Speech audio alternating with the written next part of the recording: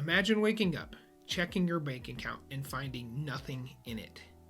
Now you're on the push to go from $0 to $10,000 a month as quickly as possible. Here is what I would do. After helping dozens of people achieve their financial goals, I know exactly what it takes to go from $0 to $10,000 a month quickly. At the age of 26, I purchased my first business and then sold it a few years later, and then started, scaled, and then merged another company. And that company sold at 7 figures.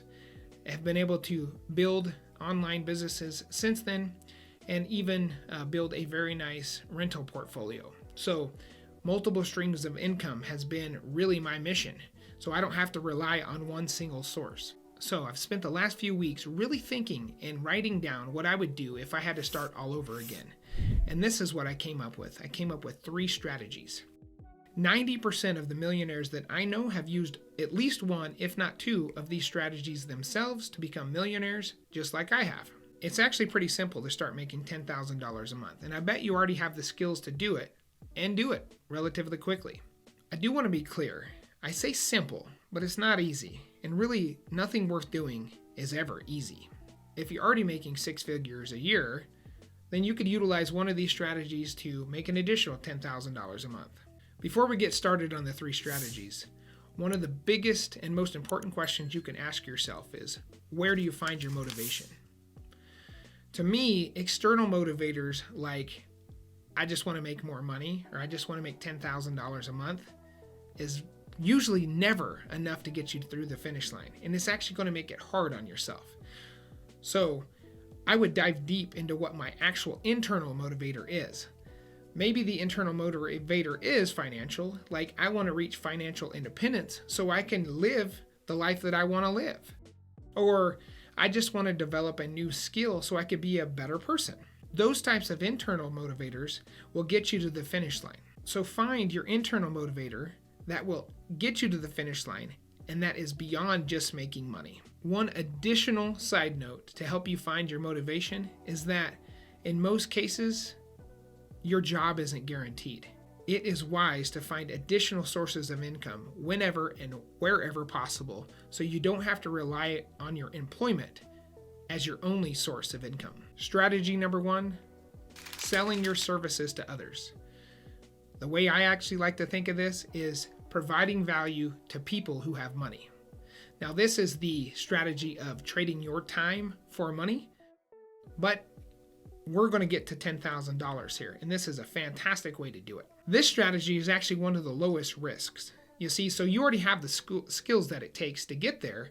Now we just need to implement those skills to start making you money. First, I would focus on finding a high-demand skill that I can offer as a service.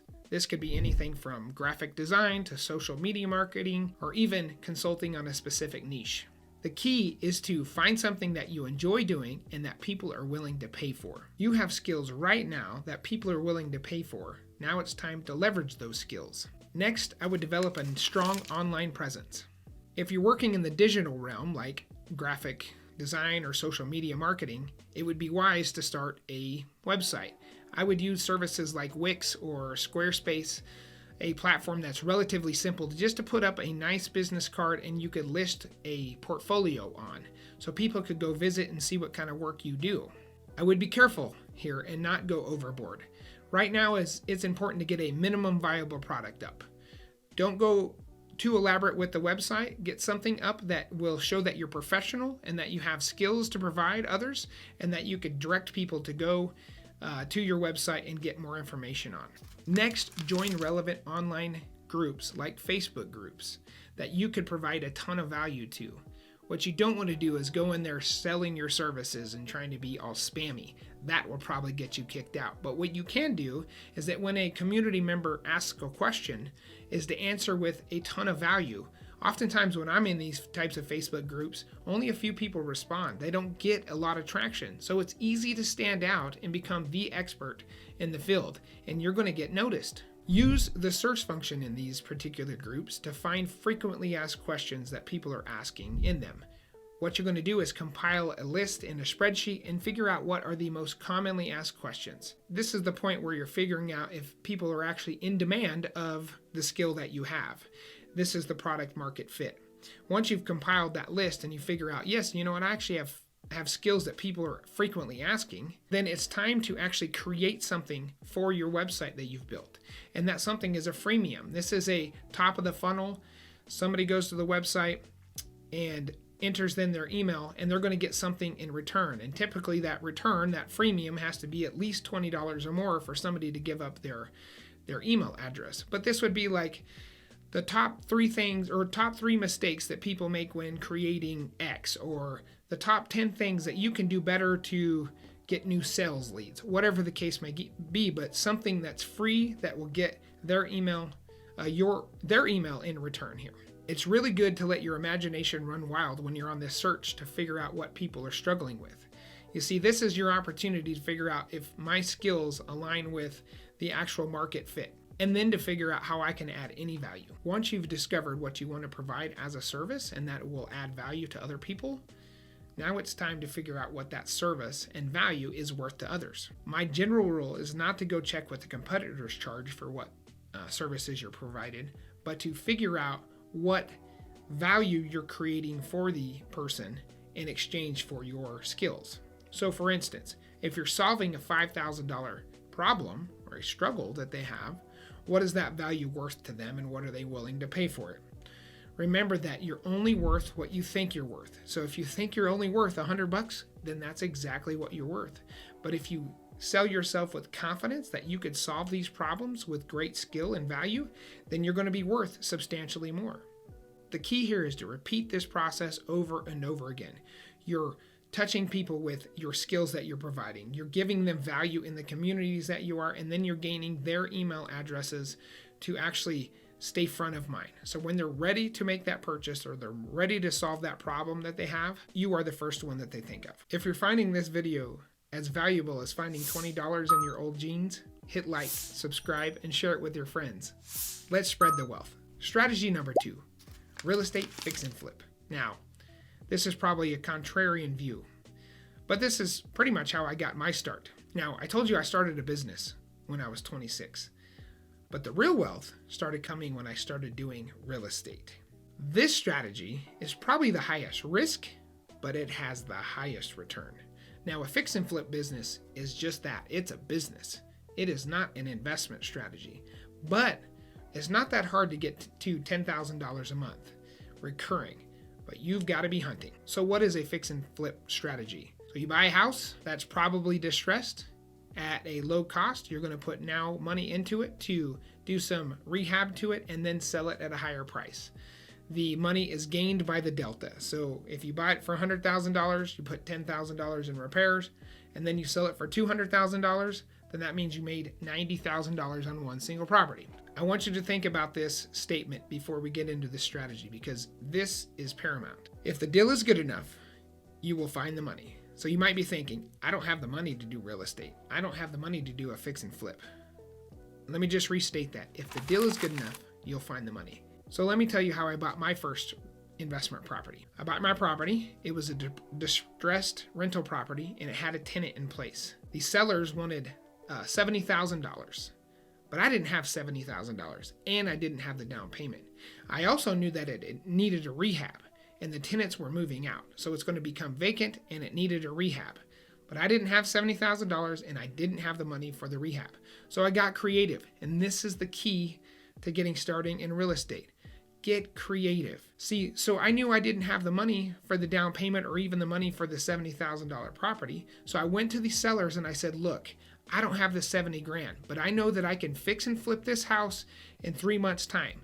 But in 6 months, and instead of paying you $70,000, I'd like to pay you $75,000 for holding the money for me. And they agreed. So I had a 0% interest loan for 6 months, but I had to pay $5,000 additional for that. That was magical to me. But again, I didn't have the money for the rehab. So I went to a family member and I said, hey, I don't have $15,000. That's my budget for this rehab. I know I could get this done for 15 grand, but if you can do it, if you could pay me the 15 grand, I will pay you $16,000 after 3 months, and you'll get all your money back plus $1,000. And they agreed. So I did 2 creative financing methods here to get my first investment property. Believe it or not, it's not that difficult to do that. You just got to say it with confidence, have an understanding that it takes time to do these rehabs. Usually the budget that you place is more than you originally budget for, so put that into your equation. But to be creative, do it with confidence and say, you know what, I know how to do this. I can make this happen. Just work hard, use your words in a good manner, and it'll come back to you. The key here is to be creative. Don't get stuck in the mindset that because I don't have the money, I can't make the deal happen, and therefore I can't get into real estate. That is a silly reason. Always be thinking outside the box. The beautiful thing about this strategy is that you don't have to have amazing credit here. You don't have to go through the underwriting process through the bank. Really, it is owner financing. They do all the financing for you. You're going to pay them a return. It's a win-win situation for all parties involved. Just a little flavor here. I typically never suggest selling properties because I like owning my investment properties for a very, very long time. I typically never sell them or trade them up is what I do.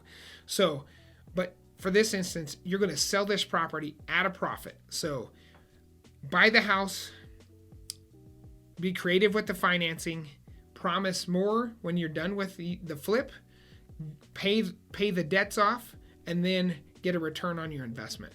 $10,000 in the real estate realm, like I'm doing a fix and flip right now that I'm projected to make $50,000 in only 3 months' time. So it's not that difficult, and that's just one property. It's not that difficult to make good money in real estate. Now, you might be wondering to yourself, like, how do I even find a property? There's this really cool thing that happens when you start to exude yourself as, I'm looking for a property, or do you know anybody selling a property? Hey, I'm really wanting to get into real estate. I want to do some fix and flips. Do you know anybody that has a distressed property? Spread the word for me. You'll get the phone calls. Believe it or not, you've got to just repeat yourself on those conversations, repeat over and over that, hey, this is what I'm looking to do, or I'm starting to fix and flip properties, whatever the words that you want to use to get into it. But once you start saying it, people start to recognize that you are serious about it and that you're going to make it happen. The next thing I would say to do is go find local meetups. There are a ton of real estate related meetups. These are, there's some big names in a lot of those meetups that are fixing and flipping 30, 40 houses a month. Those are the type of people, if you want to learn the skills, those are great people to go add value to, that you could go oversee a site or throw a hammer if you need to or whatever, but learn the process, learn what fixing and flipping is, learn the creative financing side of this, and you could absorb so much information from these groups. But by providing value to them, you'll get something back in return. Believe it or not, there's a lot of those larger fix and flip companies that they don't want to mess with every property. Not every property fits their portfolio or their strategy, and so they'll throw those ones to the people that are looking to help or looking to help them achieve their goals. There's that old Zig Ziglar quote that says, if you help enough people get what they want, they'll help you get what you want. Same thing here. The other thing you could do here, and not a lot of people do this at all, I hardly know anybody that does it, is just to go knock on doors. If you see a distressed property, weeds are overgrown, there's a lot of work that needs to be done, maybe the trim and the eaves or whatever are in terrible shape, maybe the roof's in rough shape, there's probably a good chance that those folks can't afford the house anymore, and they may be looking for an opportunity to sell their house. They just don't know how. And you being the person to offer it, then maybe they can hold that property for a few months. They move out, you do the rehab and you sell it, but there's a good chance that you could buy those properties from them without ever involving realtors, getting the realtor fees, avoiding a lot of the closing costs that you would face in buying real estate as well. And last but not least, of finding a property, and this is probably my favorite strategy, find a local bank that does in-house lending. If they have mortgage holders that are falling behind on their mortgage, build that relationship with that banker, so whenever they do have somebody that's falling behind, they'll call you. Now, this strategy is pretty much one that you can't get creative with, but it's a great way to find properties that people can't afford anymore, a pre-foreclosure, and then you could help them out to get them out of their financial situation, and it will be another property in your portfolio. And strategy number 3, maybe my favorite one, because this is recurring revenue on a long-term basis. This is how you really build up a nest egg. I love this strategy, and that is selling information implementation, or online courses. There are people out there making $30,000 a month selling online courses on how to stitch, like sew stitch. That's pretty amazing, isn't it? So that means that really the possibilities are endless for you. Again, you've got a skill that somebody's willing to pay for. Can you convert that skill into an online course or an information or a community or whatever that can actually pay you on a monthly basis to produce material and skills to help elevate other people? I'm guessing yes. Here are some examples to get your creative juices flowing. How to name the software tutorial. How to learn Notion. How to learn ClickUp. How to learn WordPress. There's a million softwares out there that you probably are very familiar with that you could create an online course for. How about how to become a graphic designer, how to become a content writer, how to become a better salesperson. These are just a few, but the possibilities are endless. There's a ton of opportunities for this. Brainstorm what you're skilled at. Go from A to Z. I'm good at this, this, and this. I don't really enjoy doing this, but I'm still good at it. And write it all down. Just jot it all down so you have an exhaustive list. And then start sculpting out an online course or the course outline. If you're still not sure, look for the similarities like I mentioned in the strategy number 1 and to figure out how to sell your services, but the same types of things. What am I actually good at that I can provide a service to other people? And start finding out what I can actually sell on a recurring basis like a course, an online course. One of my favorite things to do is to actually ask the people that you're around the most. Ask them what they think you're the most skilled at. It actually might be something that you didn't even think about. And that might be able to provide you more insight on what you could provide, and just ask them a lot of different questions. Try to dig deep on what they perceive that you are skilled at. Again, join those online communities.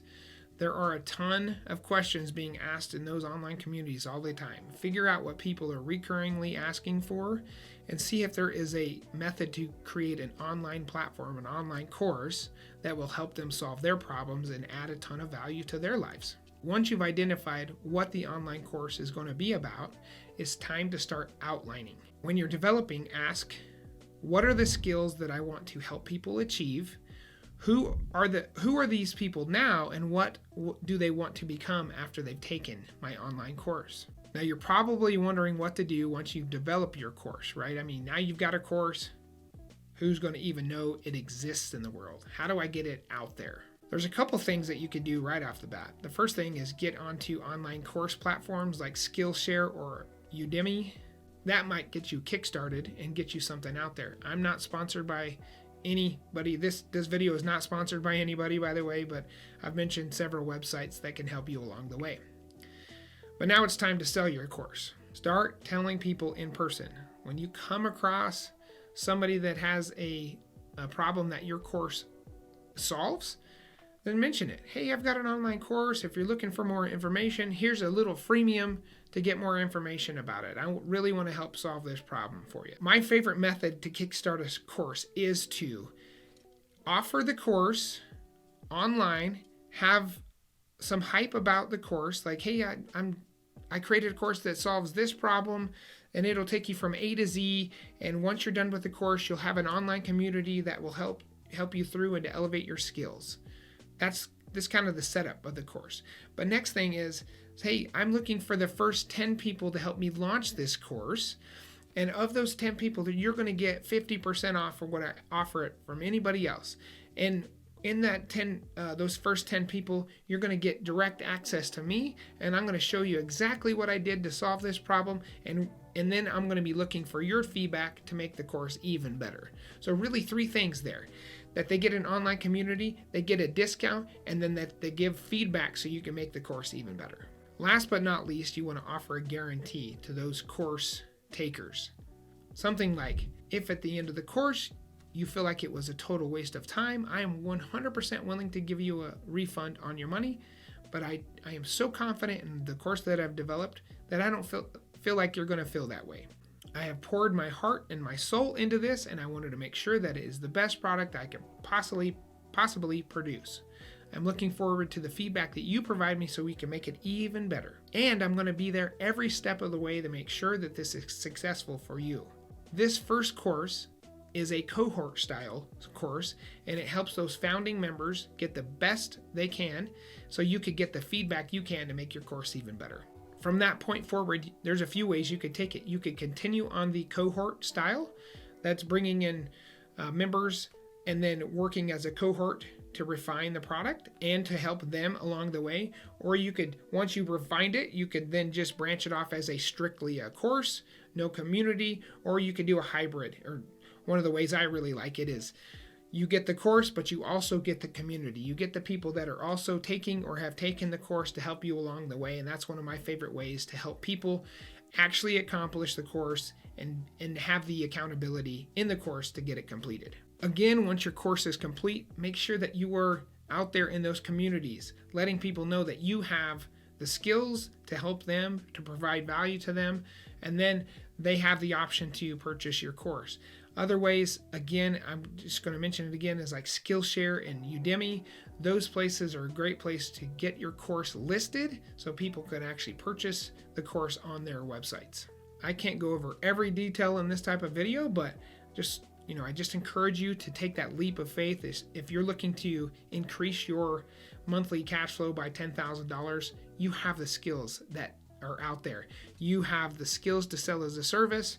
You can get into real estate, and you have the skills to provide an online course or an online platform to sell those services.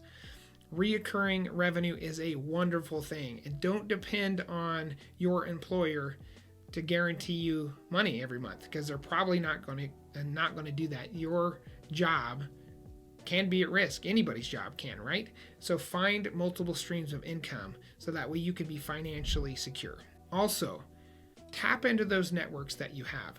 Make sure that your sphere of influence knows exactly what you're trying to accomplish.